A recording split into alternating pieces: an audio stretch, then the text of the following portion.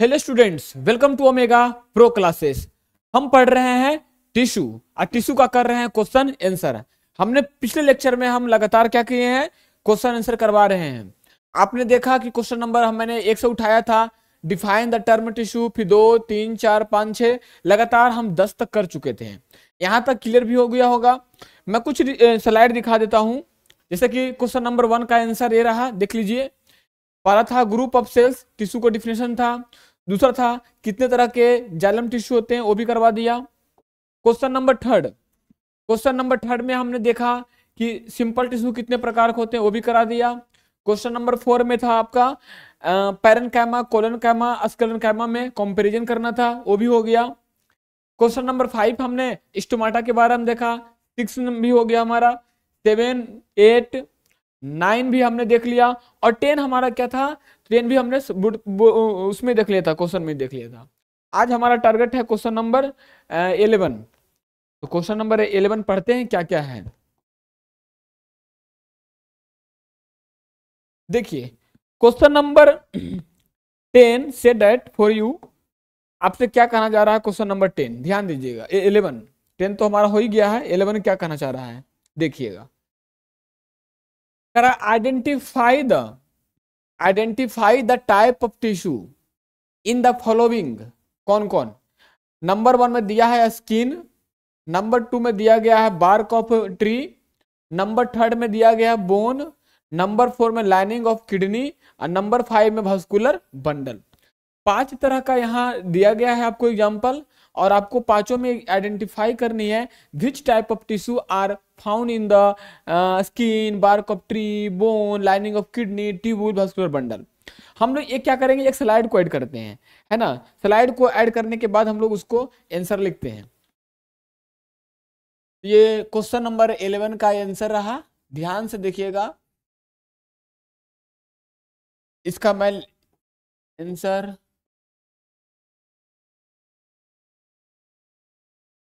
which type of tissue present, which type of tissue are present in यही question था। तो पहला question यही था आपका इसमें कि आप बताइए स्किन में किस तरह का टिश्यू होता है। तो सबको पता होता है कि हमारा स्किन जो होता है वो एपिथेलियल टिश्यू का बना होता है। तो इसका आंसर क्या हो गया, सिंपल तरीके से एपिथेलियल टिश्यू। आंसर क्या हो गया, एपिथेलियल। चलिए फर्स्ट का जवाब हो गया। क्वेश्चन नंबर 2 कहा जा रहा था आपको बार्क, है ना। तो बार्क जो होता है उसमें कॉर्क है। कौन है, कॉर्क। जो प्लांट का जो हमारा बाहर का सेलुलोज होता है वो तो बेसिकली सेलुलोज का बना हुआ है, लेकिन वो किस तरह का टिश्यू है, कॉर्क है, जो कि डेड है, डेड। ओके। फिर थर्ड क्या था, मैं थर्ड देख लू यहां से। थर्ड है आपका बोन। तो बोन तो पता ही है, बोन कौन सा है, कनेक्टिव टिश्यू। कौन सा टिश्यू है, कनेक्टिव टिश्यू, वो लिख लिया मैं। 4 क्या था और 5 क्या था। 4 में देख लूं, 4 में कहा जा रहा है आपको लाइनिंग ऑफ किडनी। क्या है, लाइनिंग ऑफ किडनी। तो लाइनिंग ऑफ किडनी में क्यूबाइडल एपिथेलियल टिश्यू, क्या है, क्यूबाइडल एपिथेलियल टिश्यू मिलती है। अभी देखिए हम लोग डायग्राम में एपिथेलियल टिश्यू। ओके। 5 में देख लूं, 5 में कहा जा रहा है, 5 में कहा जा रहा है वास्कुलर बंडल। देखिए जैसे ही वास्कुलर बंडल आता है तो दिमाग में चलना चाहिए क्या, जाइलम एंड फ्लोएम। तो याद रखिए जाइलम एंड फ्लोएम। इसका एक और नाम है, अगर आप जाइलम एंड फ्लोएम नहीं लिख सकते हैं तो आप ये लिख सकते हैं क्या, कॉम्प्लेक्स टिश्यू, है ना। Complex tissue. जैसे कि आपने देखा था ना सिंपल टिश्यू में कौन कौन था, मैं थोड़ा सा रफ कर देता हूं यहाँ पे, रफ कर देता हूं। जैसे कि आपने सिंपल टिश्यू में क्या देखा था, मैं थोड़ा सा यहाँ कर देता हूं। तो आपने सिंपल टिश्यू में देखा था पैरेन्काइमा। क्या देखा था, पैरेनकाइमा, और क्या देखा था, अस्केलरेन काइमा, और क्या देखा था, एक देखा था आपने कॉलरेन काइमा, आपने देखा था पैरेनकाइमा, अस्केलरेनकाइमा, कॉलरेनकाइमा, सिंपल टिश्यू में देखा। और जो कि क्वेश्चन तो सिंपल टिश्यू का था नहीं, क्वेश्चन पूछा गया था आपसे क्या, कॉम्प्लेक्स टिश्यू का, तो मैंने क्या दिया, xylem and phloem. Xylem and phloem also called vascular bundle. देखिए क्या बोलते हैं उसको, वास्कुलर बंडल, जो कि वास्कुलर बंडल से ही क्वेश्चन पूछा हुआ है आपका, एनसीईआरटी पूछा है। चलिए क्वेश्चन नंबर 12 देखते हैं, 12th में क्या कहता है। 12th मैं मूव कर देता हूं।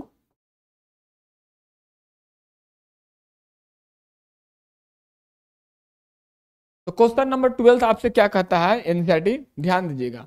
नेम द रीजन्स, ध्यान दीजिए, कहा जा रहा है name the regions in which parenchyma tissue is present. आप उस रीजन को बताइए जहां पे पैरेनकाइमा टिश्यू मिलते हैं। तो मैं आपको इसका आंसर नेक्स्ट स्लाइड में बताता हूं। क्वेश्चन नंबर 5 का स्लाइड को मैं ऐड कर लेता हूं यहाँ पे, ये रहा क्वेश्चन नंबर 12 का आंसर। क्या कह रहा था, रीजन ऑफ पैरेनकाइमा टिश्यू, मैं यहां लिखता हूं क्या, रीजन ऑफ पैरेन, एनसीईआरटी का लाइन है, पैरेनकाइमा टिश्यू, पैरेनकाइमा टिश्यू कहां पे मिलता है। तो मैं बता दूं आपको, सबसे पहले तो लीफ सरफेस, क्या, लीफ। नंबर 2 आप देखेंगे root tips and shoot tips, root tips and shoot tips क्या मिलेंगे वहां पे, पैरेनकाइमा टिश्यू मिलेंगे आपको। और ज्यादा पूछा नहीं था, फंक्शन वगैरह तो पूछा नहीं था, हम फंक्शन क्यों देंगे, जितना कहा गया एनसीईआरटी ने उतना ही आंसर देना है। ओके, नेक्स्ट हमारा है क्वेश्चन नंबर 13। क्वेश्चन नंबर 13 से that what is the role of epidermis in plants. देखिए कहा जा रहा है कि एक प्लांट में एपिडर्मिस का रोल क्या होता है, एपिडर्मिस, प्लांट में एपिडर्मिस का रोल क्या होता है। तो इसका आंसर यहां पे क्वेश्चन नंबर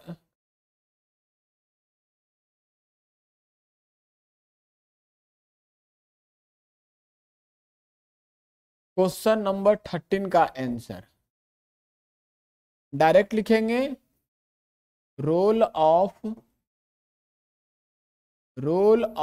एपिडर्मिस, यही था क्वेश्चन, बिल्कुल यही था, रोल ऑफ एपिडर्मिस। सबसे पहला रोल है हम लोग लिखेंगे नंबर 1 में, it is a protective in nature, it is protective in nature, जो एनसीईआरटी का लाइन है ना एपिडर्मिस का। Proper provide the shape, proper provide shape, क्योंकि एपिडर्मिस रहेगा तभी तो एक प्रॉपर ये करेगा। प्रोटेक्टिव इन नेचर हो गया, प्रॉपर प्रोवाइड शेप, और एक थर्ड में आप लिखिए एक प्रिवेंट्स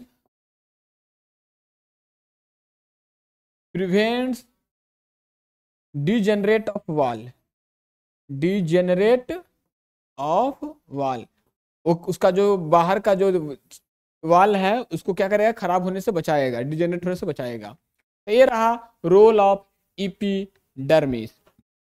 अब आइए क्वेश्चन नंबर 14। क्वेश्चन नंबर 14 से that how does the cork act as a protective tissue. कहा जा रहा है कि कॉर्क जो होता है कैसे प्रोटेक्टिव टिश्यू है, उसके बारे में बताता हूं मैं। How does the cork act as the protective tissue. तो इसका आंसर क्वेश्चन नंबर 13 स्लाइड में 14।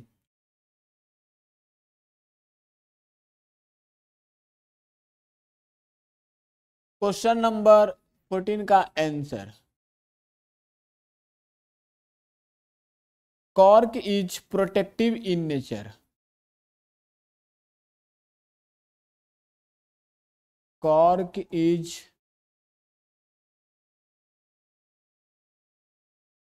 Is protective in nature. Number 1 point,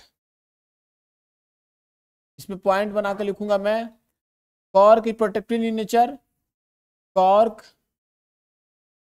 is made up of, cork is made up of cellulose. क्या चीज का? सेलुलोज, जिसको हम लोग क्या बोलते हैं केमिकल भाषा में, क्या बोलेंगे? पॉलीसैकेराइड बोलेंगे। इसको याद रखिएगा, this is very very important. Cork is made up of cellulose polysaccharide. Cork is non living material, है ना, non living in nature, non living in nature.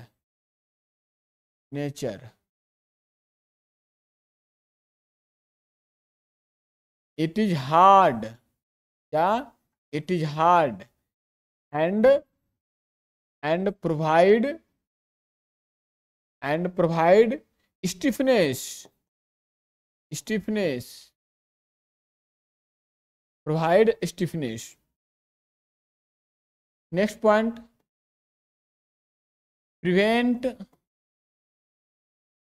Prevent infection. वो इन्फेक्शन को भी ओनर से रोकता है, तभी तो प्लांट बीमार नहीं पड़ता है ना। तो ये रहा कुछ कॉर्क के बारे में। Next question, question number 15,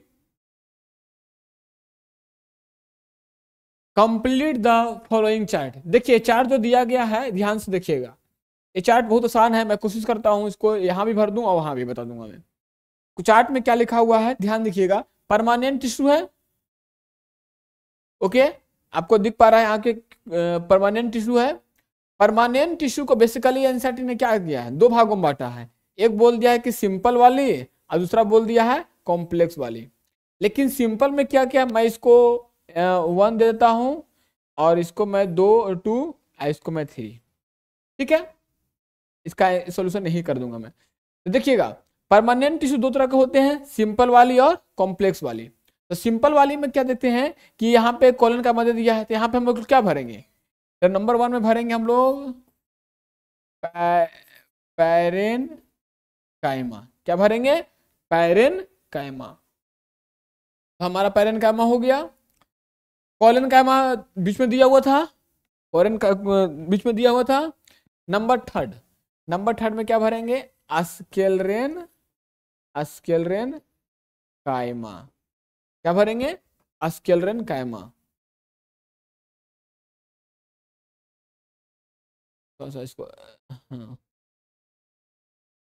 number 2 में क्या भरेंगे? अस्केलरेन कायमा।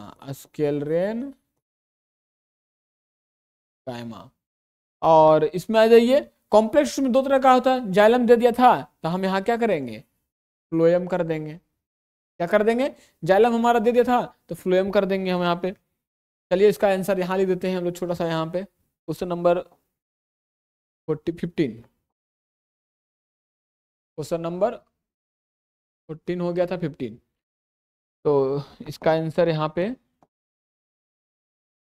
क्वेश्चन नंबर 15 में हमने ये किया था, 1 नंबर 2 नंबर 3 नंबर। तो 1 नंबर में क्या था? पैरेन कायमा। 1 नंबर में क्या था? पैरेन कायमा। 2 नंबर तो लिखा हुआ था, 2 नंबर में क्या था? कोलन कायमा था। तो हम लोग क्या लिखेंगे 2 नंबर में? कोलन कायमा। मैं देख लेता हूँ थोड़ा सा क्वेश्चन, हाँ कोलन कायमा था, तो हम लोग क्या भरेंगे यहाँ पे? अस्केलरेन कायमा। क्या भरेंगे? अस्केलरेन कायमा। और थर्ड में जाइलम था, तो यहाँ पे क्या भर देंगे? फ्लोएम भर देंगे। क्या भर देंगे? फ्लोएम। तो इस प्रकार हमारा 1 से लेकर के हमने देखा कि क्वेश्चन नंबर 12, 13, 14, 15 इशारा करा दिया मैं। 12 हो गया, 13 हो गया, 14 हो गया, 15 हो गया। सबका सॉल्यूशन भी मैं बना दिया यहाँ पे। 12 का, 13, 14 और एक 15 का हो गया, है ना। बाकी एनसीईआरटी में थोड़ा सा देख लेता हूँ, इसमें कोई छूटा तो नहीं है। एक बार रिकॉल कर लेता हूँ अपन लोग फिर से। क्वेश्चन नंबर 11 यहाँ था, ठीक है, ये करवा दिया, ये भी हो गया। 8, 9 हो गया, 11 भी, 1 भी इधर, ठीक है। 3, 4, 5, 6, 7, 8, 9, 9 के बाद 10, 11, 12, 13, 14 हो गया और ये 15 हो गया।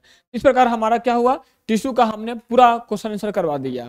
तो मैं कहूंगा कि आप एनसीईआरटी को एक मल्टीपल टाइम बार रीड मारें और वीडियो देख करके आप कोशिश करें इसको क्वेश्चन आंसर करें, और क्वेश्चन आंसर को याद भी करना जरूर करें। Thank you so much.